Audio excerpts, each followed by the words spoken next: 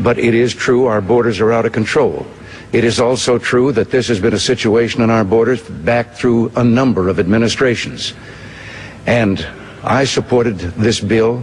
I believe in the idea of amnesty for those who have put down roots and who have lived here, even though some time back they may have entered illegally. With regard to the employer sanctions, we must have that, not only to ensure that we can identify the illegal aliens, but also, while some keep protesting about what it would do to employers, there is another employer that we shouldn't be so concerned about. And these are employers down through the years who have encouraged the illegal entry into this country, because they then hire these individuals and hire them at starvation wages and with none of the benefits that we think are normal and natural for workers in our country, and the individuals can't complain because of their illegal status. We don't think that those people should be allowed to continue operating free, and this was why the provisions that we had in with regard to sanctions and so forth. And I'm going to do everything I can, and all of us in the administration are, to join in again when Congress is back at it, to get an immigration bill that will give us once again control of our borders.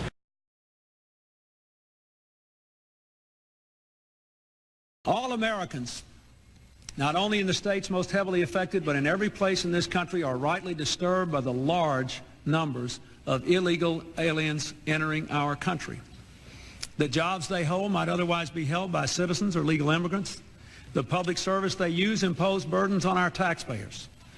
That's why our administration has moved aggressively to secure our borders more, by hiring a record number of new border guards, by deporting twice as many criminal aliens as ever before, by cracking down on illegal hiring, by barring welfare benefits to illegal aliens.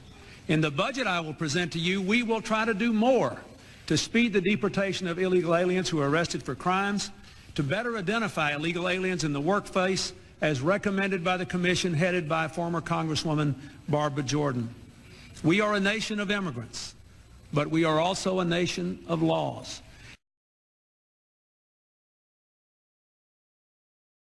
Office, I committed to fixing this broken immigration system, and I began by doing what I could to secure our borders. But today, our immigration system is broken, and everybody knows it. There are actions I have the legal authority to take as president. Tonight, I'm announcing those actions.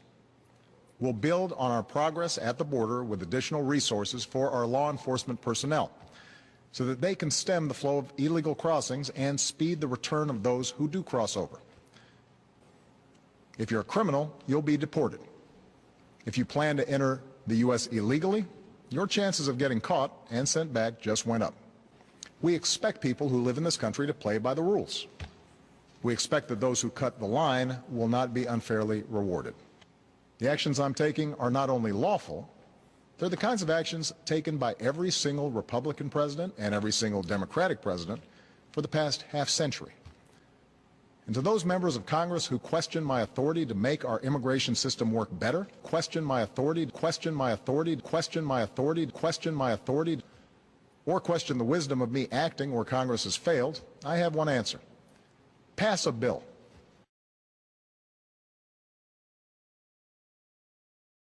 And you remember this well, I was covering you then. Ronald Reagan and you voted for legislation that had a pathway to citizenship for illegal immigrants. As you well remember, there were maybe 12 million, 10 million, 12 million illegal immigrants in the United States right now. Some called it amnesty then. They still call it amnesty now. What would you do if you were president of the United States with these millions of illegal immigrants, many of whom have been in this country for a long time? I'm starting to say I think that we ought to have an H-1 visa that goes with every graduate degree in math, science, and engineering so that people stay here. If you go about 5 blocks down the street, you'll see a statue of Einstein. Einstein came here as an immigrant. So let's be clear how much the United States has drawn upon the world to be richer, better, and more inclusive. I did vote for the Simpson-Mazzoli Act. Ronald Reagan in his diary says he signed it. And we're supposed to have 300,000 people get amnesty. There were 3 million. But he signed it because we were going to get two things in return. We were going to get control of the border, and we're going to get a guest worker program with employer enforcement. We got neither.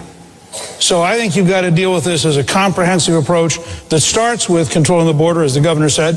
I believe ultimately you have to find some system of, once you've put every piece in place, which includes a guest worker program, you need something like a World War II Selective Service Board that frankly reviews the people who are here.